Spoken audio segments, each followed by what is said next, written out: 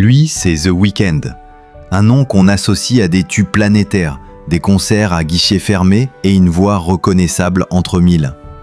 Mais ce que peu savent, c'est qu'Abel Tesfaye, son vrai nom, a commencé dans l'anonymat le plus total. Aujourd'hui, il est l'un des artistes les plus streamés de l'histoire, mais aussi un stratège, un businessman redoutable. Voici comment The Weeknd a transformé une douleur personnelle en empire mondial. Né à Toronto en 1990, de parents éthiopiens immigrés, Abel grandit sans son père. Sa mère travaille de nuit, son refuge, la musique et les excès. Drogue, solitude, marginalisation, il quitte le lycée à 17 ans. Pas de diplôme, pas de plan B, mais une idée en tête, faire de la musique et tout miser dessus. En 2011, il sort 3 mixtapes gratuitement sur Internet. Personne ne sait à quoi il ressemble, pas de clip, pas de promo. Juste une voix envoûtante et un univers sombre. Les blogs s'enflamment et très vite, les labels veulent le signer. Mais lui préfère garder le contrôle.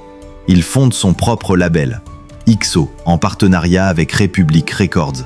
Première leçon, garder l'indépendance, même en entrant dans l'industrie. Son ascension est fulgurante.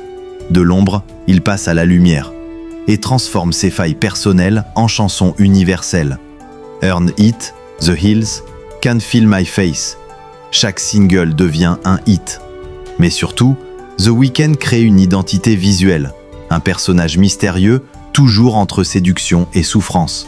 Son image, c'est du branding pur, et il en a fait une marque.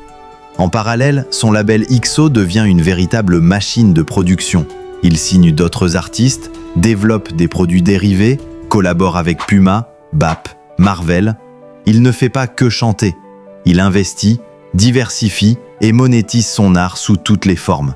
En 2020, il sort After Hours, un album concept sombre, intense. Mais ce n'est pas juste la musique qui marque, c'est le marketing. Pendant un an, il ne quitte pas son personnage ensanglanté, lunettes noires, veste rouge. Chaque clip, chaque apparition publique, chaque performance, c'est pensé comme un film.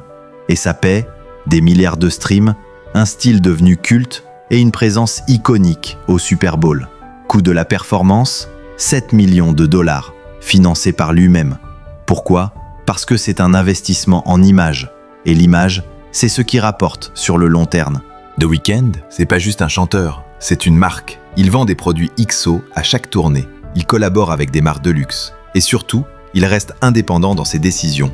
En 2023, il fait ses premiers pas dans le cinéma et les séries, avec The Idol sur HBO. Encore une fois, il crée, il produit, il contrôle. Et les chiffres?